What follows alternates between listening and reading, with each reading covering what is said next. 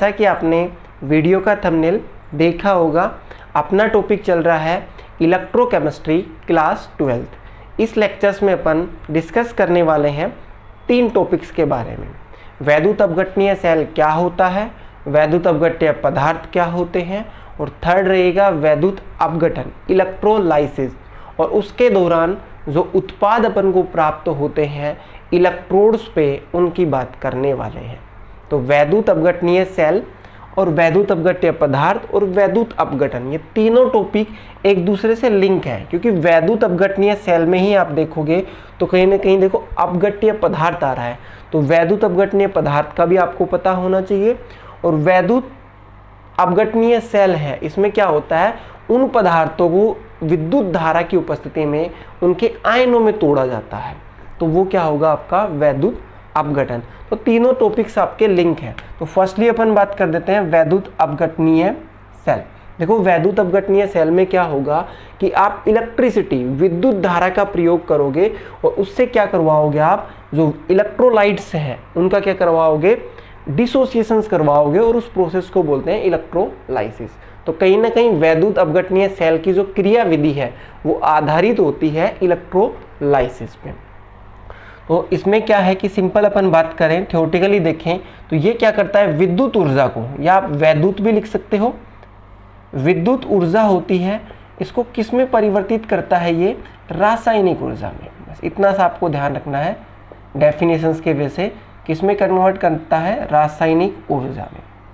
तो वैद्युत अपघटनीय सेल क्या होते हैं, जो विद्युत ऊर्जा को रासायनिक ऊर्जा में परिवर्तित करते हैं। अब बात कर लेते हैं कैसा बना होता है, कैसे क्या सेटअप होते हैं।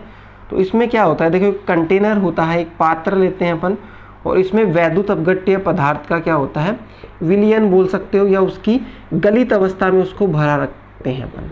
वैद्युत अपघट्य पदार्थ होता है, उसको या तो विलयन बना देते हैं जल वगैरह में, विलायक में घोल के, पानी में घोल के, या फिर उसको गलित अवस्था में भी अपन इसमें भर सकते हैं। तो यहाँ पे क्या है, ये आपका वैद्युत अपघट्य पदार्थ। वैद्युत अपघट्य पदार्थ है क्या है, इलेक्ट्रोलाइट्स।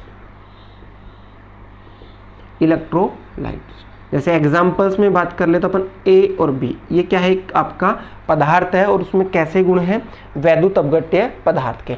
अब इसको वैद्युत अपघट्य भी लिख सकते हो आप, और वैद्युत अपघट्य पदार्थ भी, क्योंकि इस शब्द में ही पदार्थ कहीं ना कहीं इंक्लूड होता है, पर फिर भी मैं सुविधा के लिए लिख देता हूं, क्योंकि कई बार कंफ्यूजन क्रिएट कर देता है, पर पदार्थ लिखने की आपको आवश्यकता नहीं होती है। इसको अपन पानी में घोल के भर सकते हैं, या फिर इसको द्रव अवस्था में कन्वर्ट कर ले, इसको पिघला लें और उसको भर दें। अब इसमें क्या होता है, इसके बाद में 2 धातु के इलेक्ट्रोड, इसमें क्या करते हैं, 2 धातु के इलेक्ट्रोड अपन रख देते हैं। ये 2 धातु के यहाँ पे छड़ रखी होती है और ये इलेक्ट्रोड का काम करती हैं। ये 2 धातु की छड़ें अपन रखी गई हैं, एक ही पात्र में जो विलयन है उसमें अपन क्या कर देते हैं, इनको रख देते हैं। डैनियल सेल में अपन ने देखा था कि धातु की छड़ें थी, अलग अलग कंटेनर में अलग अलग सॉल्यूशंस में रखी गई थी, जो वैद्युत रासायनिक सेल में अपन ने पढ़ा है। इसमें क्या होता है, साथ में यहाँ पे बैटरी भी कनेक्ट करनी पड़ती है, क्योंकि विद्युत ऊर्जा को किस में कन्वर्ट करते हैं अपन, रासायनिक ऊर्जा में। और कारण भी मैं आपको बता दूंगा कि क्यों यहाँ पे बैटरी लगाना अनिवार्य है। देखो यहाँ पे विद्युत ऊर्जा कन्वर्ट होगी रासायनिक में, और बैटरी को दर्शाना आपको आता है प्लस साइन और माइनस साइन। जैसा कि जो बड़ी वाली लाइन होती है अपनी, बड़ी वाली लाइन और एक छोटी वाली लाइन होती है, तो बड़ी वाली लाइन की तरफ अपन क्या करते हैं, प्लस का साइन, और छोटी वाली लाइन के साइड में क्या होता है, माइनस। तो वैसे भी आप याद नहीं रहता तो ऐसे छोटी लाइन और बड़ी लाइन खींच के क्रॉस करो तो बड़ी लाइन की तरफ क्या बनता है, आपका प्लस बनता है। तो उसको कहाँ रखोगे, बैटरी के इस साइड में। तो अब देखो ये वाली छड़ आपकी कैसी हो जाएगी, एनोड। इस छड़ को क्या बोलेंगे अपन, इसको अपन बोलेंगे कैथोड। ये क्या है आपका कैथोड की तरह काम करेगा, और इस पर चार्ज कैसा रहेगा, आपका नेगेटिव चार्ज रहेगा, ध्यान रखना है। और इस वाली छड़ पे कैसा चार्ज रहेगा, आपका पॉजिटिव चार्ज। कैसा चार्ज होगा, पॉजिटिव, और इसको क्या बोलेंगे अपन, एनोड बोलते हैं। वैद्युत रासायनिक सेल में आपने देखा होगा कि जो आपका एनोड होता था वो ऋणावेशित होता था, और कैथोड क्या होता था, धनावेशित होता था।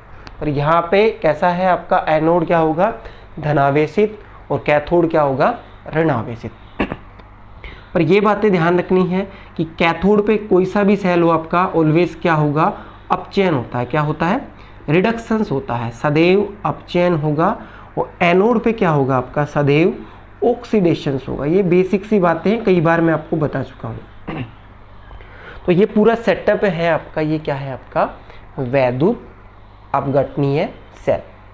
अब इसमें बैटरी लगाने की नीड क्यों है, क्योंकि इसमें क्या करते हैं कि विद्युत धारापन प्रवाहित करते हैं और जो वैद्युत अपघट्य पदार्थ है उसको डिसोसिएट करते हैं, वियोजित करते हैं, जिनसे ये मिलके बना है।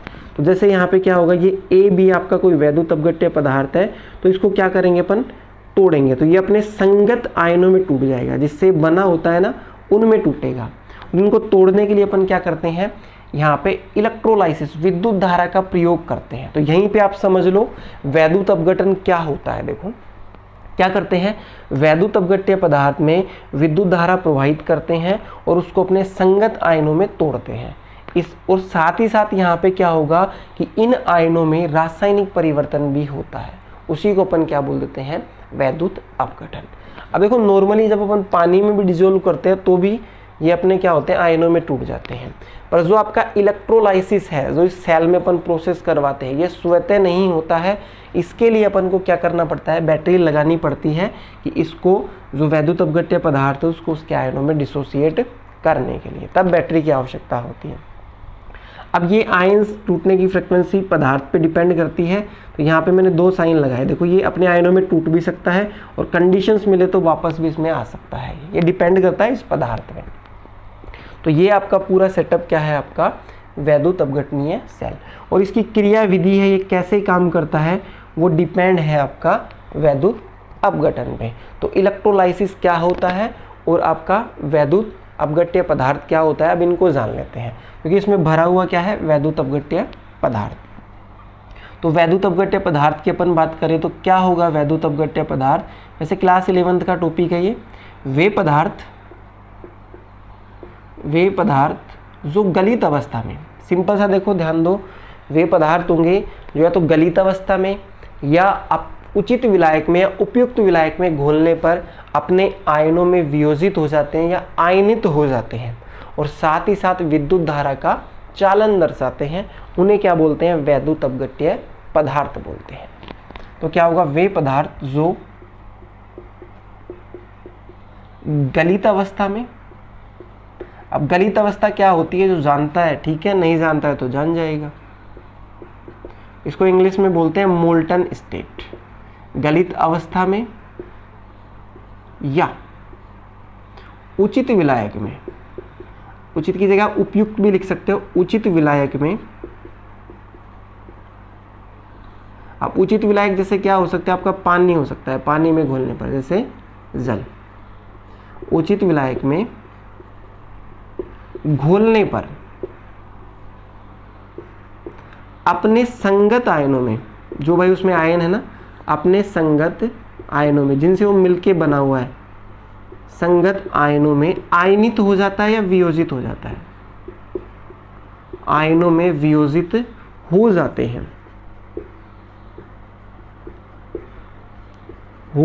हैं, और साथ में ये और ऐड कर लेना, तथा विद्युत धारा का चालन दर्शाते हैं, तथा विद्युत धारा का चालन दर्शाते हैं।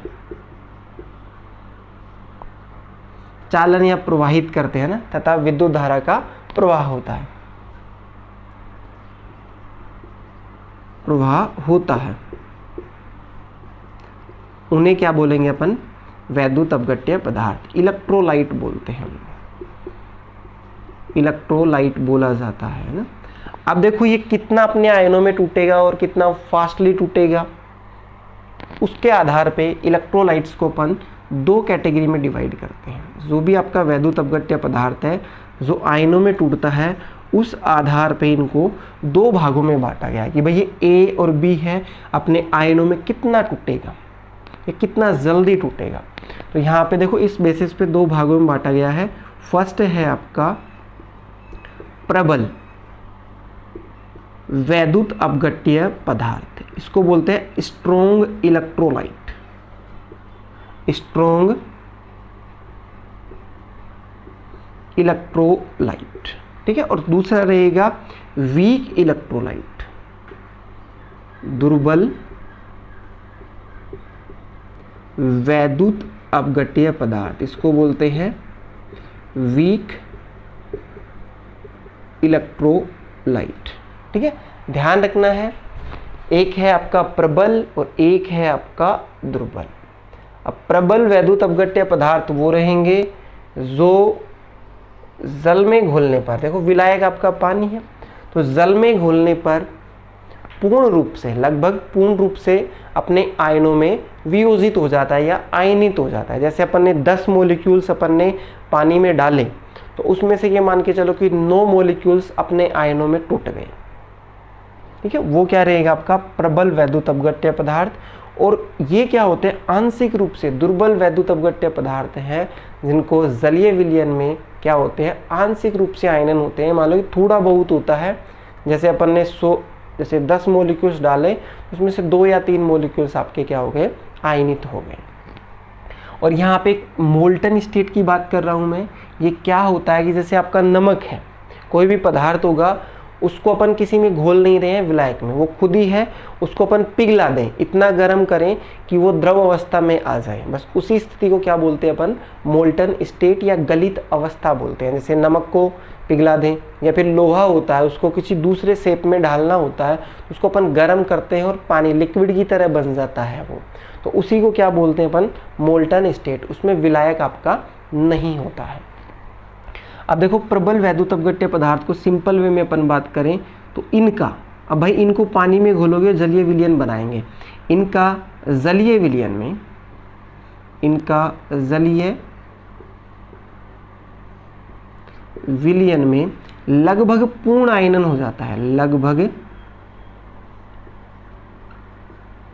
पूर्ण आयनन हो जाता है। अब आयनन कहीं ना कहीं वियोजित होगा, ये तो आयन बन रहे हैं, तो उस प्रोसेस को बोल दिया अपन ने आयनन। इनका लगभग जलीय विलयन में पूर्ण रूप से या पूर्ण आयनन हो जाता है, ये पूर्ण रूप से आयनित हो जाते हैं। और इनकी बात करें तो इनका क्या होगा, इनका जलीय विलयन में, इनका जलीय विलयन में आंशिक रूप से आयनन होता है। क्या होता है, आंशिक रूप से, आंशिक रूप से आयनन होता है, बस इतना सा ध्यान रखना है। प्रबल वैद्युत अपघट्य पदार्थ है, लगभग पूर्ण रूप से क्या हो जाते हैं, आयनित हो जाते हैं। अब उदाहरण थोड़े से आपके काम के हैं, तो थोड़ा बहुत ध्यान रखो, इनको सीख लो। वैसे 11th क्लास का ही टॉपिक था, पर यहाँ पे काम आएगा आपके, तो पता होना चाहिए। फर्स्ट, जो भी आपके क्या हो स्ट्रोंग एसिड, प्रबल क्या हो आपके स्ट्रोंग एसिड, जो भी आपके अम्ल है प्रबल अम्ल, वो सारे इसके एग्जाम्पल्स हो जाएंगे। दूसरा अपन बात करें स्ट्रोंग बेस, प्रबल क्षार हैं, वो भी सारे इसके एग्जाम्पल्स हो जाएंगे। और थर्ड अपन बात करें साल्ट, जो भी लवण होते हैं आपके, कुछ को छोड़ के बाकी अधिकांशतः लवण भी क्या होंगे, इसके एग्जाम्पल हो जाएंगे। जैसे यहाँ पे बात करें अपन नमक, NaCl भी स्ट्रोंग है, KCl, Na2CO3, ये सारे साल्ट हैं, तो वो कहाँ पे आएंगे आपके प्रबल में। बेस की बात कर लें, जैसे KOH है, पोटेशियम हाइड्रोक्साइड, सोडियम हाइड्रोक्साइड, ये सारे किस में आएंगे, इसी के उदाहरण होंगे। एसिड की बात कर लें, जैसे H2SO4 है आपका, HNO3 है, HCl है, ये सारे अम्ल भी कहाँ हैं, इसी के एग्जाम्पल है। सिंपल ध्यान रखो, प्रबल अम्ल और प्रबल क्षार इसके उदाहरण होंगे। अब बात कर लेते हैं साल्ट में, कुछ पॉइंट आपको ध्यान रखने, एक्सेप्ट मान सकते हो इनके अलावा, एक्सेप्ट लिख देता हूँ, थोड़ा सा ध्यान रहेगा तो ठीक है। एक्सेप्ट देखो, ऐसे आपके साल्ट बने हो, आपको पता है कि अम्ल और क्षार की क्रिया से ही क्या बनते हैं, आपके साल्ट बनते हैं। तो ध्यान रखना है, दुर्बल ही अम्ल हो उसमें और दुर्बल ही क्षार हो, उनके द्वारा कोई लवण बना हुआ है, तो वो इसका एग्जाम्पल नहीं होता है। एक तो इनको छोड़ देना है। सेकंड, जो अघुलनशील होते हैं ना, जो जल में क्या होते हैं, अघुलनशील, अघुलनशील हो, जल में क्या हो, अघुलनशील। जैसे बात करें, ये मोस्टली कहीं पे मिल जाए आपको, BaSO4 AgCl, ये भी AgCl भी आपका साल्ट ही है, पर ये क्या होते हैं आपके, इनको ध्यान रखना है, ये आपके कंसिडर नहीं किए जाएंगे, इनको छोड़ के। ठीक है, और भी इस कैटेगरी को फॉलो करने वाले हों तो वो भी नहीं आएंगे। अब इसकी बात कर लेते हैं दुर्बल वैद्युत अपघट्य पदार्थ के एग्जाम्पल्स की। तो बस दुर्बल है तो इसमें वीक काम में ले लो, क्या होगा आपका वीक एसिड। जो भी क्या है दुर्बल अम्ल है वो सारे एग्जाम्पल्स हो जाएंगे। और सेकंड एग्जाम्पल्स की बात करें तो क्या होगा वीक बेस। ये आपको ध्यान रखना है। दुर्बल अम्ल और दुर्बल क्षार किसके एग्जाम्पल है आपके दुर्बल वैद्युत अपघट्य पदार्थ के। अब वीक एसिड के एग्जाम्पल आप कैसे ध्यान रख सकते हो, जो भी कार्बनिक अम्ल होते हैं, जो भी कार्बनिक अम्ल होते हैं वो इसी का उदाहरण है। जैसे एसिटिक एसिड की बात कर लें, ठीक है, ऑक्सैलिक एसिड, फॉर्मिक एसिड ले लेते हैं पहले अपन, फॉर्मिक एसिड, ये सारे कार्बनिक अम्ल है। ऑक्सैलिक एसिड C2H4O2, ये कहीं ना कहीं क्लास 11th में कहीं देखा हो आपने स्ट्रक्चर्स, तो यही है, ये दो कार्बोक्सिलिक एसिड आपस में कनेक्ट होते हैं। कार्बोमिक एसिड भी हो सकता है, ये सारे इसी के एग्जाम्पल होंगे। बेस की बात कर ले तो बेस में आप क्या ले सकते हो, एक आपका मोस्ट इंपॉर्टेंट है अमोनियम हाइड्रोक्साइड, ये ध्यान रखना है। एल्यूमिनियम हाइड्रोक्साइड हो सकते हैं। तो ये आपका बेसिक सा है, इतना तो सबको पता ही होना चाहिए कि वैद्युत अपघट्य पदार्थ क्या होते हैं, ठीक है। अब बात कर लेते हैं अपन इलेक्ट्रोलाइसिस पे, वैद्युत अपघटन क्या होता है, और उसी पे आपकी ये मैकेनिज्म है, इसकी क्रियाविधि आधारित है वैद्युत अपघटनीय सेल की। तो देखो ये क्या है वैद्युत अपघटन या इलेक्ट्रोलाइसिस क्या होता है। तो फर्स्ट पॉइंट तो इसको देखते ही माइंड में आ जाना चाहिए कि ये क्या है, ये अस्वतः प्रक्रम है, अपने आप नहीं होता, अस्वतः प्रक्रम है। मतलब इसको करवाने के लिए आपको बाहर से ऊर्जा देनी पड़ेगी या मतलब कार्य करना पड़ेगा। इसी कारण इस सेल में अपन बैटरी का यूज कर रहे हैं कि इसमें जो वैद्युत अपघट्य पदार्थ है उसका इलेक्ट्रोलाइसिस अपन करवा सकें। इलेक्ट्रो कहीं ना कहीं विद्युत से ही संबंधित है, तो ध्यान रखो इसमें क्या होगा कि वैद्युत अपघट्य पदार्थ का विद्युत धारा द्वारा वैद्युत अपघट्य पदार्थ होगा उसको उसके संगत आयनों में तोड़ना क्या कहलाता है आपका, बस ये ध्यान रखना है। या बोल सकते हो वैद्युत अपघट्य पदार्थ आपका, वैद्युत अपघट्य पदार्थ में विद्युत धारा प्रवाहित करने पर, विद्युत धारा प्रवाहित करने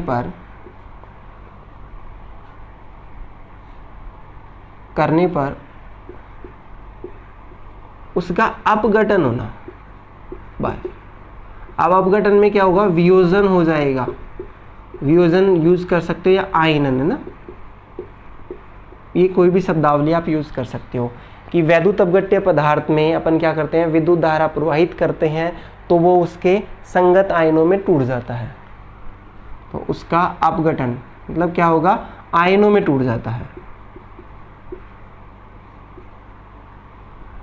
आयनों में वियोजित हो जाता है। बस ऐसे कुछ लिख सकते हो तुम, वियोजित हो जाता है।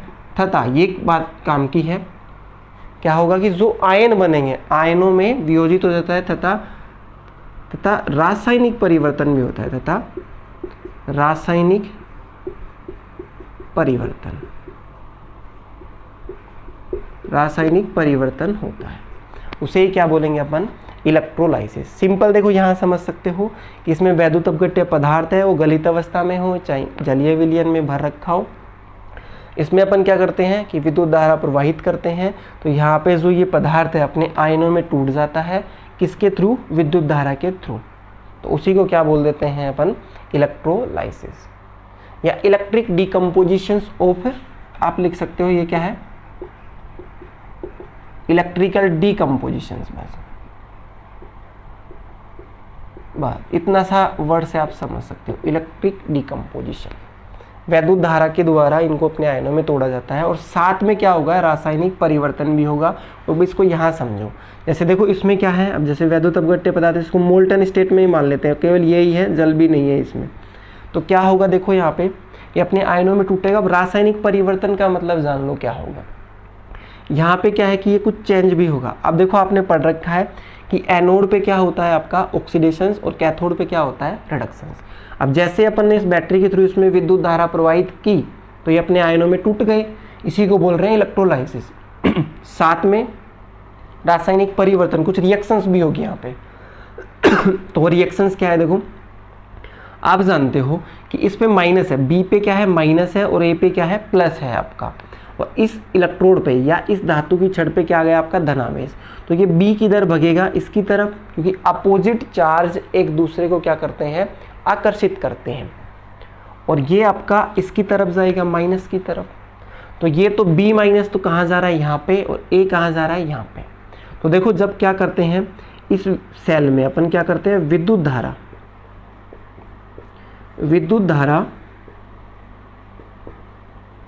प्रवाहित करने पर, अब इस सेल में अपन क्या करेंगे, विद्युत धारा प्रवाहित करेंगे तो इलेक्ट्रोलाइसिस होगा।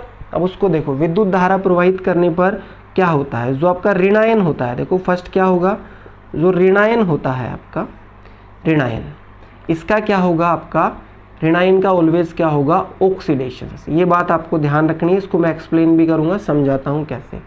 और जो आपका धनायन है, कैटायन है आपका धनायन, धनायन का क्या होगा, रिडक्शंस, क्या होगा, रिडक्शंस। और आपने ये जान ही लिया है ऑक्सीडेशंस कहाँ होता है, एनोड पे, और रिडक्शंस कहाँ होता है, कैथोड पे। तो यहाँ पे देखो क्यों होगा ऐसा, ऋणायन का ऑक्सीडेशन क्यों होगा, क्योंकि ऋणायन कहाँ जाएगा, प्लस की तरफ, और इस इलेक्ट्रोड पे जाएगा तो ये इलेक्ट्रॉन लूज करेगा, कहाँ पे क्या हो जाएगा आपका, ऑक्सीडेशन। तो बात करें कोई पूछ ले आपसे, तो एनोड पे क्या रिएक्शंस होगी, जो ये बी माइनस आयन बना है आपका, ये इस प्लस चार्ज वाले इलेक्ट्रोड की तरफ अट्रैक्ट होगा और इलेक्ट्रॉन डोनेट करके आ जाएगा, जो अपने पे चार्ज था उसको छोड़ के आ जाएगा, ये बन गया, ठीक है। तो इस प्रोसेस को कहीं ना कहीं ऑक्सीडेशन हो रहा है, अगर आपको थोड़ा समझ है तो, क्योंकि देखो इसमें माइनस है, इसकी ऑक्सीकरण अंक क्या है, -1 0, तो ऑक्सीकरण अंक में वृद्धि होना ऑक्सीकरण ही कहलाता है, या इलेक्ट्रॉन्स का निकलना, इलेक्ट्रॉन्स त्यागना, वो भी क्या है आपका, ऑक्सीकरण ही है। ऐसा नहीं है कि ऑक्सीजन जुड़ना हटना ही होता है, तो ये भी ध्यान रखो ना। कैथोड की बात करें अपन, तो कैथोड पे देखो ये A+ जाएगा। अब A+ क्या करता है, यहाँ पे इस प्लस को न्यूट्रल करेगा, तो यहाँ से क्या करेगा, वो इलेक्ट्रॉन लेगा, तो ये क्या करता है, इलेक्ट्रॉन एक्सेप्ट करता है और क्या बन जाता है, A बन जाता है। तो यहाँ पे देखो प्लस में ऑक्सीकरण अंक था और यहाँ पे 0 है। अब ऑक्सीकरण अंक आप क्लास 11th में पढ़ते हो रेडॉक्स अभिक्रिया में, वो आप अगर जानते हो तो जो मैं बोल रहा हूँ उन चीज़ों को लिंक कर पा रहे होगे आप। तो यहाँ पे +1, तो इसका ऑक्सीकरण अंक क्या होता है, कोई भी आयन पे जो चार्ज होता है वही उसका क्या होता है, ऑक्सीकरण अंक। तो प्लस का 1 से कहाँ जा रहा है, 0 में, तो कहीं ना कहीं देखो ऑक्सीकरण अंक में क्या हो रही है, कमी हो रही है। तो ये क्या हो गया आपका, अपचयन हो गया, या फिर इलेक्ट्रॉन्स का जुड़ना क्या कहलाता है आपका, अपचयन। बस ये केमिकल चेंज होगा। अब इस पे जो कैथोड है आपका, उस पे क्या मिलेगा आपको, A मिलेगा, और एनोड है उस पे क्या मिलेगा आपको, B मिलेगा। तो वही क्या होते हैं, वैद्युत अपघटन की क्रिया में इलेक्ट्रोड्स पर मिलने वाले जो प्रोडक्ट होते हैं ना, वही होते हैं। तो यहाँ पे प्रोडक्ट की बात करें तो B है एनोड पे, कैथोड पे क्या है, A है। तो ये बातें अपनी हो चुकी हैं। अब अपन जान लेते हैं कि ये प्रोडक्ट कैसे बनते हैं। ये कहीं ना कहीं जो आपका इसमें भरा हुआ वैद्युत अपघट्य पदार्थ है उस पर निर्भर करता है, साथ में जो इलेक्ट्रोड है उस पर निर्भर करता है, और रिडक्शन पोटेंशियल होता है जो वैद्युत अपघट्य सीरीज पढ़ी है अपन ने, इलेक्ट्रोकेमिकल सीरीज, वहाँ पे अपन ने देखा है कि जो इलेक्ट्रोड विभव हैं 2 टाइप्स के होते हैं, रिडक्शंस और ऑक्सीडेशंस पोटेंशियल, तो उन पे डिपेंड करता है ये। अब आप इसका स्क्रीनशॉट ले सकते हो, मैंने स्क्रीनशॉट ले लिया होगा। अब अपना टॉपिक रहेगा जो इलेक्ट्रोलाइसिस की प्रक्रिया हो रही है सेल में, तो सेल में जो इलेक्ट्रोड है, एनोड और कैथोड है, उस पर क्या उत्पाद बनेंगे, तो उनको अपन यहाँ पे ध्यान देते हैं। अब यहाँ पे मैं केस बना के चलता हूँ, केस फर्स्ट, क्योंकि अपन ने वैद्युत अपघट्य पदार्थ अलग अलग श्रेणी के लेने हैं और अलग अलग हिसाब से रखने हैं। तो इसमें मान के चलो कि ये A और B लिया है, इसकी जगह मैं क्या ले लेता हूँ, NaCl ले लेता हूँ, और NaCl भी किस में लेता हूँ मैं, गलित अवस्था में। अब गलित अवस्था कहीं दिख जाए तो पानी वगैरह विलायक उसमें नहीं है, वो खुद ही है बस मोल्टन स्टेट। गलित NaCl लेता हूँ, मतलब NaCl था, उसको अपन ने गर्म किया और द्रव अवस्था में लेके चले गए, तो क्या ले रखा है अपन ने, NaCl। यहाँ पे लिक्विड लिख रहा हूँ, अगर जलीय होता तो A क्यों लिख सकता था मैं यहाँ पे, एक्वस। तो यहाँ पे अब मान लो कि जो आयन बनेंगे, तो जैसे ही देखो इसमें को इलेक्ट्रोलाइसिस करवाएंगे अपन, तो ये Na+ बनाएगा और Cl- आयन बनाएगा। ठीक है, तो यहाँ पे इसकी जगह अपन क्या रख सकते हैं, ये तो आपका क्या हो जाएगा Cl-, और यहाँ पे प्लस की जगह आप क्या लग सकते हो Na+। ये सेल में भर दिया है अपन ने। अब देखो यहाँ पे क्या प्रोसेस हो सकता है, आपका बता रखा है ऋणायन का ऑक्सीडेशन होता है और एनोड पे होगा। तो यहाँ पे क्या होगा, देखो एनोड पे पूछ ले आपसे क्या रिएक्शंस होगी, क्या ऑब्टेन होगा, तो यहाँ पे क्या होगा, ऋणायन कौन है आपका Cl- है, और ये किस में कन्वर्ट हो जाएगा, Cl में कन्वर्ट हो जाएगा, और यहाँ पे क्या कर देगा 1 इलेक्ट्रॉन क्या कर देगा, लूज कर देगा। अब ऐसा लिखना ठीक नहीं है क्योंकि तत्व है आपका ये परमाणु अवस्था में स्टेबल नहीं होता, तो इसको ऐसा लिखो। ठीक है, क्या बन गई है, ये क्लोरीन गैस है आपकी। अब बात कर ले कैथोड पे क्या होगा, बस आप ए और बी की तरह इनको लेके चल सकते हो। यहाँ पे Na+ है आपका, तो ये क्या करेगा, एक इलेक्ट्रॉन एक्सेप्ट करेगा और इसका क्या हो जाएगा रिडक्शंस, कैथोड पे है तो ये किस में कन्वर्ट होगा, Na सॉलिड में।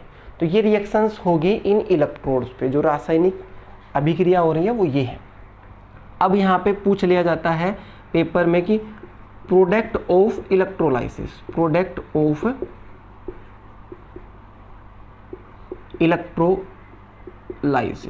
ठीक है, तो इसमें सिंपल सा प्रोडक्ट ऑफ इलेक्ट्रोलाइसिस का मतलब है कि यहाँ पे जो अपन वैद्युत अपघटन करवा रहे हैं इस सेल में, जब क्या भर रखा है अपन ने गलित NaCl, तो इलेक्ट्रोड से उस पर क्या प्राप्त होता है उसके बारे में पूछा गया, जो उत्पाद मिलता है वो क्या मिलता है। तो देखो एनोड पे क्या मिल रहा है आपको, मैं यहाँ लिखने की कोशिश करता हूँ। एनोड पे क्या है आपका, एनोड पे क्या मिलेगा आपको, क्लोरीन गैस। क्या मिलती है, Cl2 गैस। क्लोरीन गैस मुक्त होती है, अब गैस है तो मुक्त होना शब्द अपन यूज कर सकते हैं। और कैथोड पे क्या मिलता है, कैथोड पे क्या मिलेगा आपका, सोडियम मिल रहा है सॉलिड। तो यहाँ पे क्या हो रहा है, क्लोरीन गैस तो किस पे मिल रही है आपकी, इस पे, और इस पे क्या मिल रहा है, कैथोड पे आपका सोडियम। धीरे धीरे इस पे आके सोडियम डिपॉजिट होता जाएगा, इसका वेट बढ़ता जाएगा, ये मान लो आप।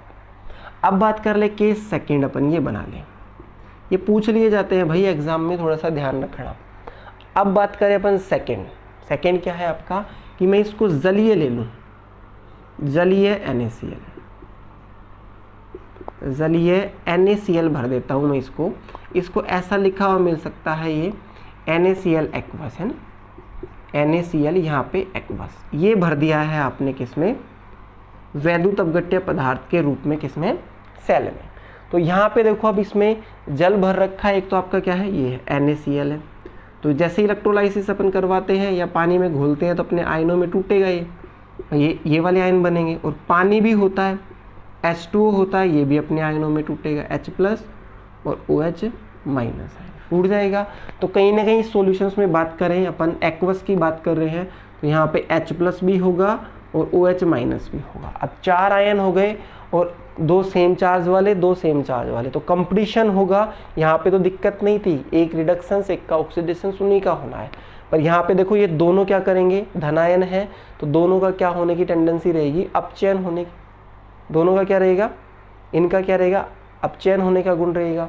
ये माइनस वाले हैं तो इनका क्या रहेगा, दोनों का ऑक्सीकरण होने का गुण। अब कौन सा पहले होगा कौन सा नहीं होगा, तो सिंपल वे में बात करें तो एक डिस्चार्ज पोटेंशियल की अपन बात कर लेते हैं, जिसके लिए डिस्चार्ज पोटेंशियल का मान कम होता है वो उतना ही जल्दी आपका क्या हो जाएगा, उनका डिस्चार्ज हो जाएगा, मतलब ये इलेक्ट्रॉन्स खत्म, जो चार्ज है वो खत्म हो जाएगा उसके ऊपर, इसका ऑक्सीडेशन उसका रिडक्शन। या फिर आप इनको डिसाइड कर लेते हैं कई बार अपन, जो रिडक्शंस है, रिडक्शंस पोटेंशियल, अपचयन विभव का मान के हिसाब से जितना ज़्यादा अपचयन विभव का मान होता है वो उतना ही जल्दी क्या होता है, अपचयित होता है, और जितना ज़्यादा ऑक्सीडेशन पोटेंशियल या विभव का मान होगा वो उतना ही आसानी से क्या हो जाता है, ऑक्सीकृत हो जाता है। तो कहीं ना कहीं उन मान पे डिपेंड करता है। और भी फैक्टर्स होते हैं जैसे मोबिलिटी, इनकी गति कैसे, जो मीडियम है उसमें कौन सा आयन जल्दी गति कर सकता है उस पर भी डिपेंड करता है, कौन पहले भग के इलेक्ट्रोड्स के पास पहुंचेगा, ये मान लो आप। तो देखो यहाँ पे अपन बात करते हैं एनोड पे। एनोड पे क्या होता है, ऑक्सीडेशन होता है, और ऑक्सीडेशन किसका होगा, आपका ऋणायन का। तो यहाँ पे देखो ये दोनों चलते हैं, इसमें से क्या होता है, Cl बाजी मार जाता है, और Cl पहले क्या हो जाता है, क्या हो जाएगा, एक इलेक्ट्रॉन लूज कर देगा, इसका क्या हो जाएगा आपका रिडक्शन, क्या हो जाएगा इसका ऑक्सीडेशन। देखो वही प्रोसेस है आपका, तो बैलेंस करने के लिए ये गैस, ठीक है। अब बात करते हैं रीजंस, आप समझ सकते हो डिस्चार्ज पोटेंशियल, इसकी मोबिलिटी, बहुत से फैक्टर्स यहाँ पे डोमिनेट करते हैं, ऐसा नहीं है, पर थोड़ा सा आप ध्यान रखो, Cl माइनस है, ये हो जाएगा। क्या हो रहा है यहाँ पे, ऑक्सीकरण हो रहा है, तो ऑक्सीकरण विभव का मान जितना ज़्यादा रहेगा वो पहले आपका क्या हो जाएगा ऑक्सीडाइज। कई बार यहाँ पे ओवर पोटेंशियल का केस भी बन जाता है, तो आप सिंपल सा बस इतना ध्यान रखो, ये प्रोडक्ट बनेगा।